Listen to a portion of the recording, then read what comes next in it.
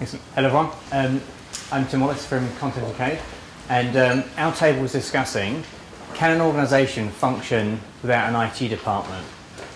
Okay, so the thing we got onto very, very quickly was actually, it's not really can you function without one, you know, it's not replacing it, it's not removing it, it's really about the need for the IT function to move up the value chain, and that's the key crux of the whole conversation really, you know.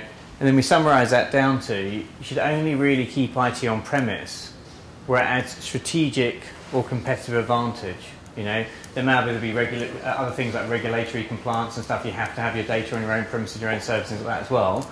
But generally, it's a competitive advantage that you need to worry about. You know, and just on that point, it's best if actually if IT moves significantly up the value chain, look at your organisational structure. IT shouldn't report to the finance director. You know, IT should be seen as a strategic player and report to the board.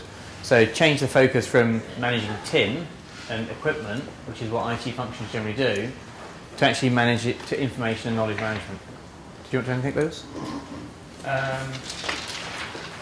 No, I think whilst it's quite tough to sort of say we're a cloud event and say can it function without it, the answer no feels maybe slightly contradictory, but I think it's about competitive advantage element, which is really around where is value going to be added to your organisation over what is essentially a commodity function now. And I think that was kind of what came out of the discussion. Yep.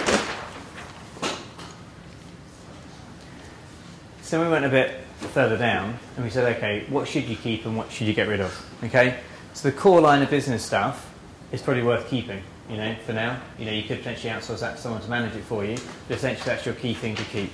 For example, research and development would be key to keep, you know, because that's your strategic advantage. But what you could move to the cloud is the generic commodity services. So things like email, instant messaging, spam filtering, collaboration platforms, desktop and antivirus patching can now be moved to the cloud, you know. And then we got onto help desk being the last sort of line of IT really, in terms of that's what the users see and that's what users interact with. And you know, we had a discussion as well, everyone complains about their help desk or their service desk, and is it that all service desks and help desks in the world are rubbish, you know, or is it actually something wrong with the model that they're trying to do? And the key thing is like your help desk probably spend loads of their time changing passwords and doing all the admin stuff that really doesn't really add any value to your users. And we looked at models like Amazon and eBay. You know, you don't phone up eBay if you've forgotten your password, you just go on there and you fill in the form and reset your password, you get sent an email, it's all done. You know, so you've got to look to change your systems so that people can self-service, because that's what people think, people want, especially the younger generation, especially millennials, they're used to doing that. Then we also looked at cultural things. And so, for example, if you're in the US, you know, more people phone the help desk in the US, and US help desks are generally far better than they are in the UK, you know. And in various parts of Europe, people don't trust help desks at all, they just want to fix the problem themselves. So that might be another aspect of how you manage your help desk. And then the key thing is, you know, look for your help desk to provide end user advancement. So rather than phoning up your help desk to change your password, you phone up your help desk to say, actually I want to do a mail merge with my Word document and a bunch of addresses I've got. I want to create a little site that I can actually put some documents on and share them with a supplier we're now working with. How do I do that? So what you're doing is effectively the help desk is training your users to provide value to your business and advancement to your business, rather than just being an admin function. Yep. And then we have the final point there is that what about all the manual jobs that need to be done? Okay, could you function without a help desk if they're just paying over? Well, someone's still got to plug in broken network cables, fix mices, you know, fix mice, and then unplug unjam printers and things like that. But one of the interesting things is that a lot of that could potentially move to facilities management. Because if they're managing the electricity within your building, they can manage the network cables in your building. You know, they could unjam printers as well as unjam other things, other bits of hardware in your organisation. So that could potentially move out there as well.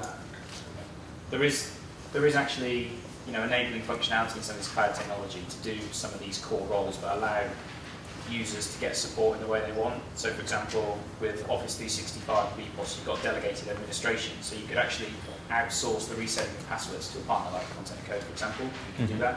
You can have federation with instant messaging, so if you don't like to phone someone but you want to quickly IM support, see how you do something, you can do that. So a lot of technology in place at the moment means you can outsource to support these different kind of ways of working.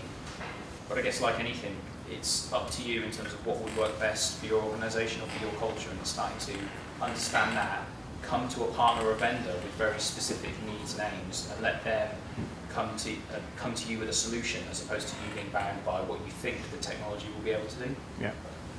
So I think in summary, I think moving things to the cloud provides a journey for your IT department to change, you know, and add more value to the business.